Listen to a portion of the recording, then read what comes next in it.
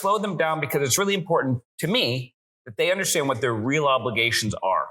And in our leases, because we do the triple net leases, the landlord is responsible for the roof and envelope and structure of the building, which is how we operate our leases. And then the tenant is really responsible pretty much for everything else. And of course, there's a lot of pushes and pulls on that, but by and large, that's how the leases are structured.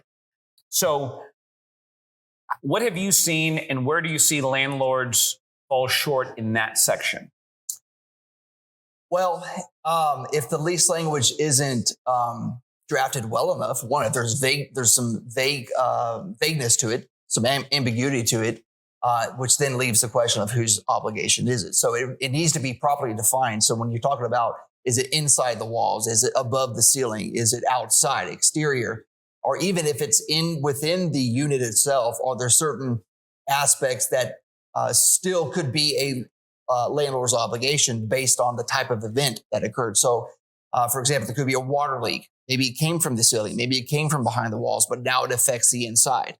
So you have to address those contingencies, if you will.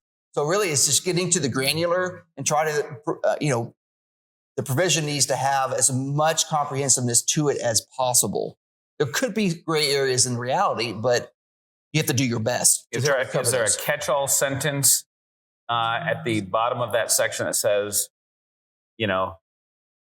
everything not related to roof structure is the tenant responsibility?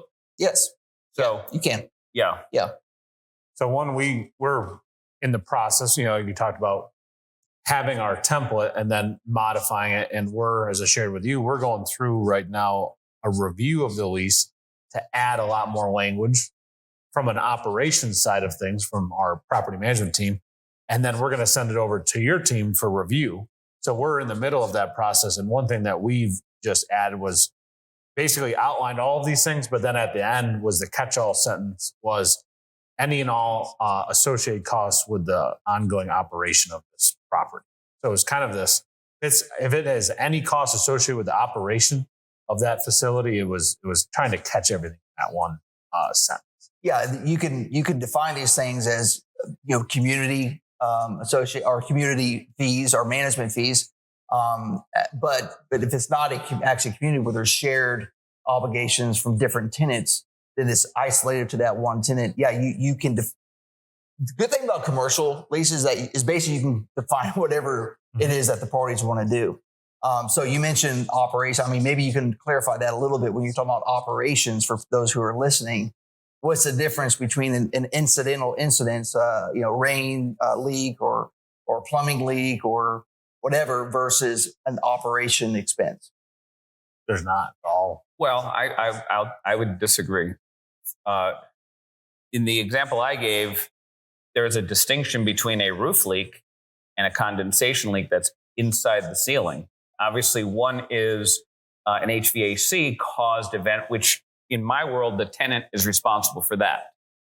If it was a roof leak that came through and then stained ceiling tiles, maybe damaged something, then I might look at that as a landlord expense, not just to repair the roof, but also the ceiling tiles and right, such. So that's a great point, because then you begin to distinguish a natural event such as rain, wind, flood, fire versus not a non-natural event. So something that's created by a machine or by the tenant themselves, by a guest, by a visitor, whatever, that sort of thing. Right. Well, because if you think about it, an air conditioning condensation leak, which happens all the time, is typically caused because of something, maybe a lack of a balance or maybe a humidity condition. Don, you know this area better than I do. Typically, it's because of a tenant modification to the space. Typically, I'm going to say once again, typically, if we turn over a space, hold on. Can you say typically one more time, please? There's typically a situation that could happen. Is if they're moving in and it's operating as normal, it's our issues usually happen as a result of them adding some walls, doing some modification, maybe the intensity of what they're doing there. There was one that I was down at the city talking to them.